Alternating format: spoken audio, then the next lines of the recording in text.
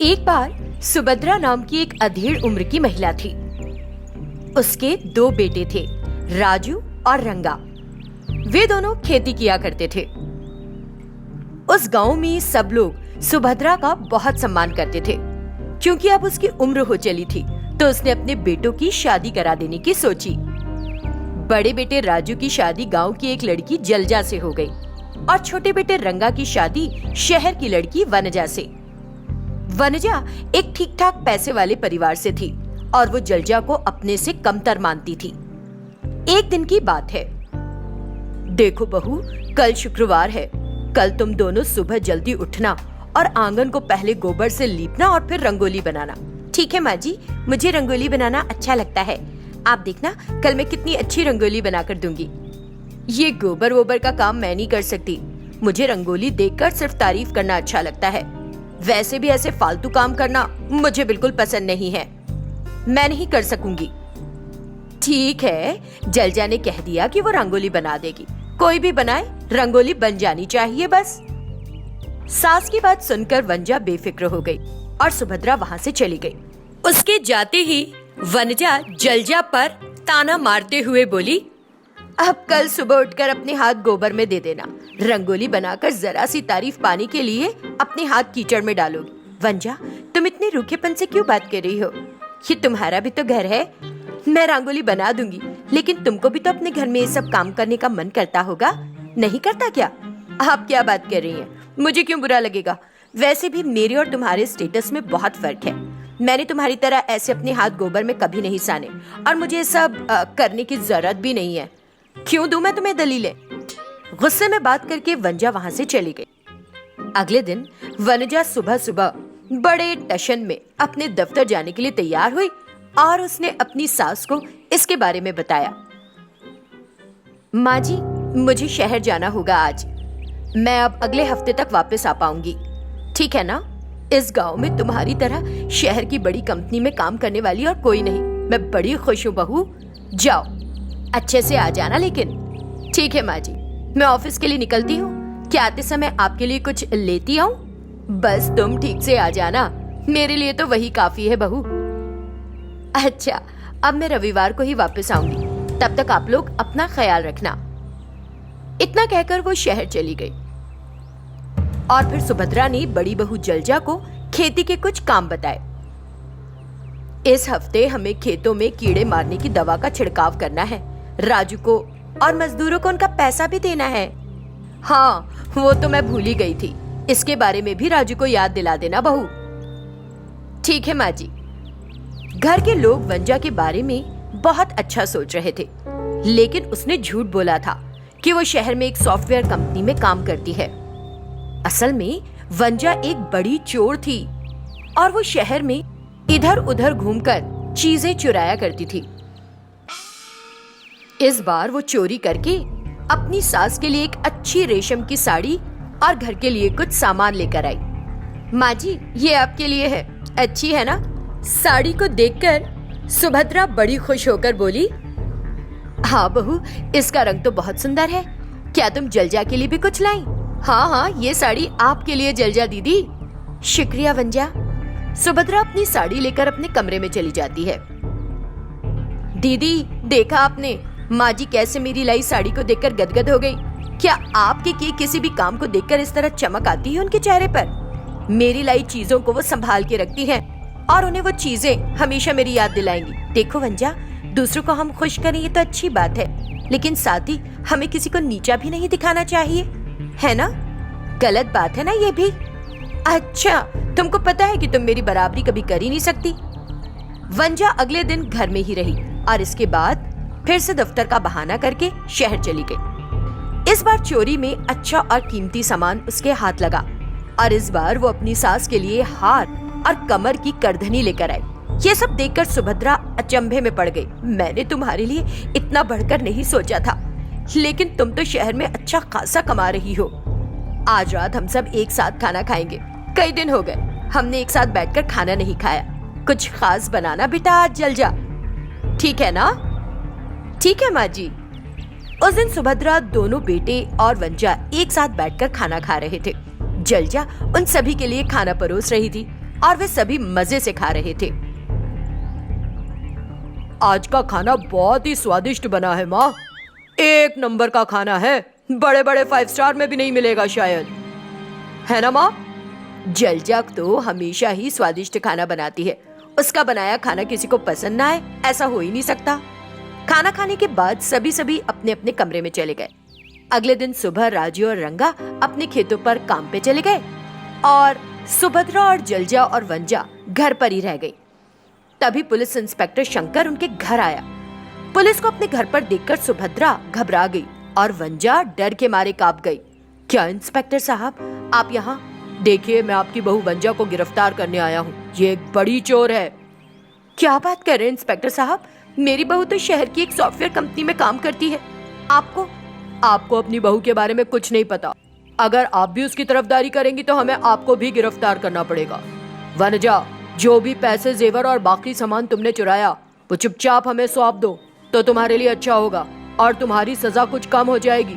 अगर तुमने चोरी का सामान और पैसे नहीं लौटाए तो तुमको जिंदगी भर के लिए जेल की सजा। मैंने कुछ चीजें अपनी सास को दी हैं और बाकी मैंने बेच डाला है। आप दोनों ही पुलिस स्टेशन चलो और अब जो कुछ भी कहना चाहती हो स्टेशन में ही कहना। सब इंस्पेक्टर सुभद्रा और वंजा को थाने ले गया। जलजा बहुत चिंतित हो गई। अभी राजू और रंगा घर आ गए। माँ कहाँ है? भाभी, वंजा कहाँ है? वो लोग शहर कुछ खरीदारी करने गए हैं, शाम तक वापस आ जाएंगे। आप लोग खाना खा लो, मुझे भी एक छोटा सा काम है, मैं बाहर जा रही हूँ, जल्दी वापस आ जाऊंगी, ठीक है ना? ठीक है, जलजा तुम जल्दी लौट आना, हम लोग खाना खाकर खेत पर वापस चले जाएंगे। जलजा ने अपने पति और देवर को कुछ नहीं बताया। उसने तुरंत शहर जाकर एक वकील से बात की और इंस्पेक्टर शंकर के पास गई। उसने शंकर से कहा कि आज के बाद से वंजा कभी चोरी नहीं करेगी। जलजा के बहुत विनती करने के बाद शंकर मान गया और उसने सुभद्रा और वनजा को रिहा कर दिया।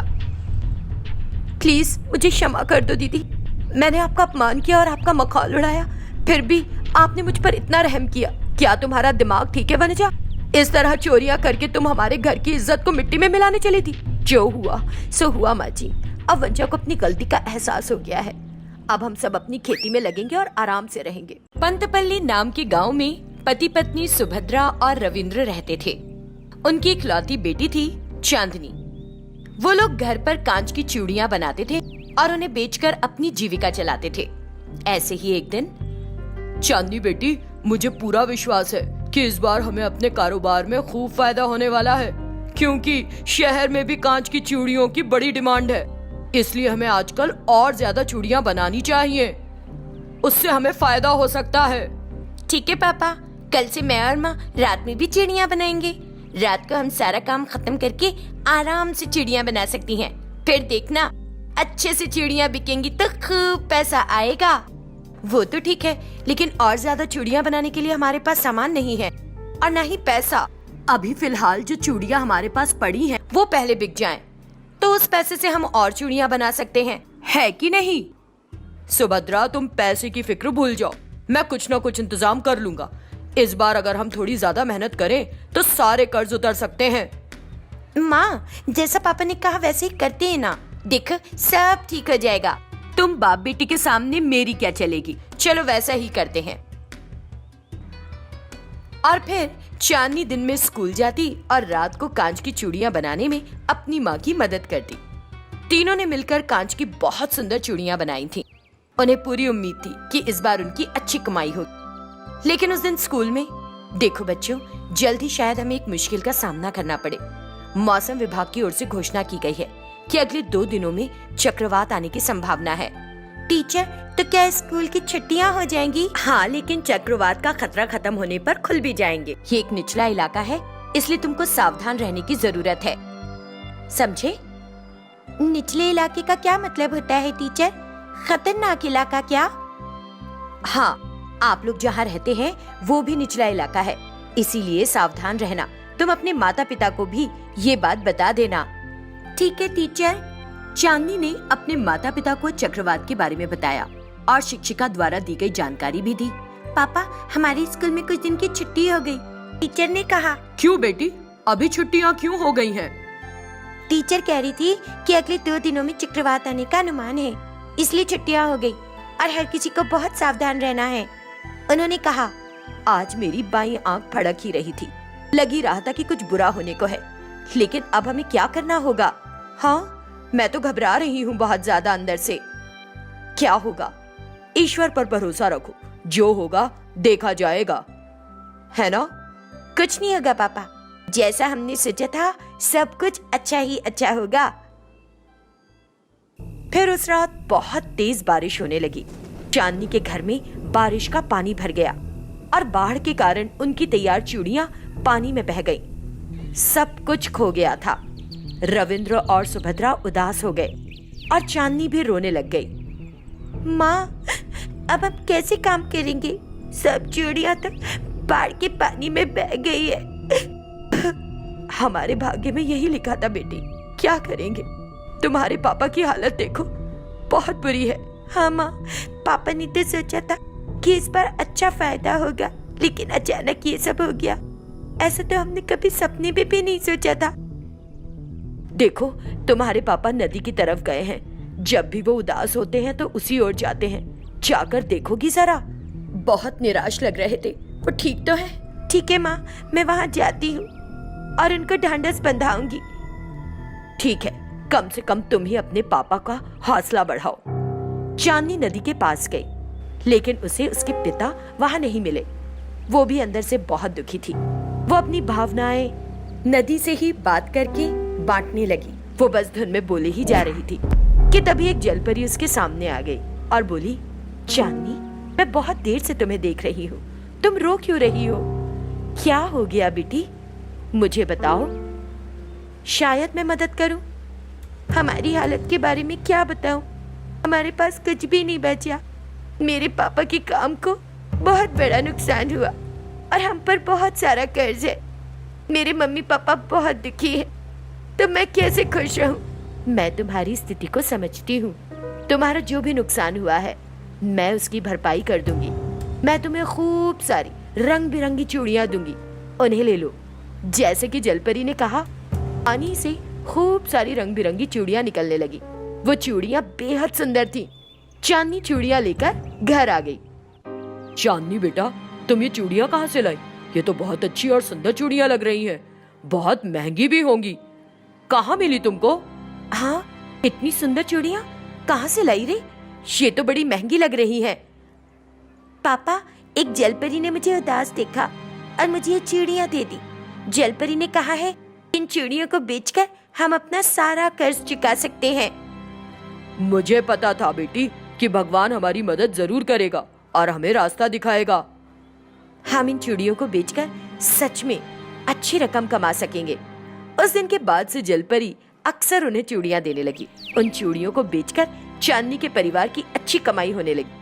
कुछ ही दिनों में रविंद्र के पास खूब पैसा आ गया और उस पैसे से उसने कांच की चूड़ियों का कारोबार बढ़ा लिया। चांदनी भी एक अच्छे स्कूल में पढ़ने के लिए जाने लगी। अच्छी तरह पढ़ लिखकर उसे एक बहुत अच्छी नौकरी मिल गई। अब चांदनी के परिवार में खुशियों की कोई कमी न थी।